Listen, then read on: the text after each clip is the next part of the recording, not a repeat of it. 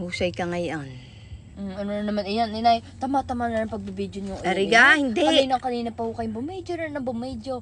Parang hindi kayo nagsasawa sa aking mukha eh. Talagang hindi. Ay, yan ang mga magagandang dapat pakinggan. Sadya, kaya are ang mas magandang ilakas nyo pa. Are ang mas, oo nga, are ang mas magandang pakinggan. Ayusin mo naman ang salwal mo. Bakit ganaman? Ano namang sama ng salwal ko? Yung cycling mo na lang ilabas mo. Ala, hindi. Are, ang sabi din are ang mas magandang pakinggan. Kaya gawin mo. Ayoko na mapapahamak ako. Hindi. Pag makahiya ninyo.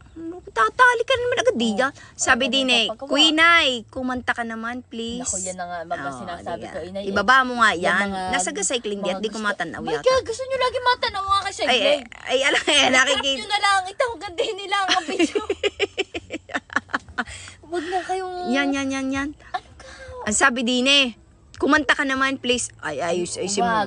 Wag nyo subukang, wag niyong subukan inay. Na makinig? Makinig. Dahil, naku, bukod sa sasamaang araw ninyo, ay baka hindi niyo magustuhan. Hindi, ikikumanta din Antay ka muna. Praktisin mo muna kaya ang kakantayin mo. Hindi mo na kita bibidyo. Ala, huwag na naman iyan. Ibahin mo naman. Yan ang nga sinasabi ko. Sasabihin ko pa sana na baka yan na naman ang tirahin mo. Ay, ano sa kakantahin ko? Mag-practice ka muna yung hindi kita. Mag-practice ka. Ako pinapakita. Anong ating papraktisin? Ano kang magandang makanta? Walang iba pang sasarap. Ganda mo naman yung with feelings naman. Yung with feelings ha. Walang iba pang sasarap sa pagtitinginan natin. Sana ay di na magwakas itong awit ng pag-ibig.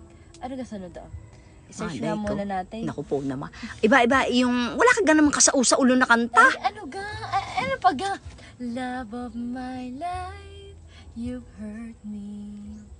You've broken my heart, and now you leave me. Ayos na yun, inay. Hindi sabi ninyo kaunti lang. Abay nyo ka pinapakabaan naman. Tama na nga yan. Talaga ako'y mapapahiya na lagay na iyan. Ako'y pagmakahiya ninyo. Pag-practice muna tayo mamaya diyan ng isa. At kayo ang susunod ay kayo ang pakakanta. Hala, siya tama na.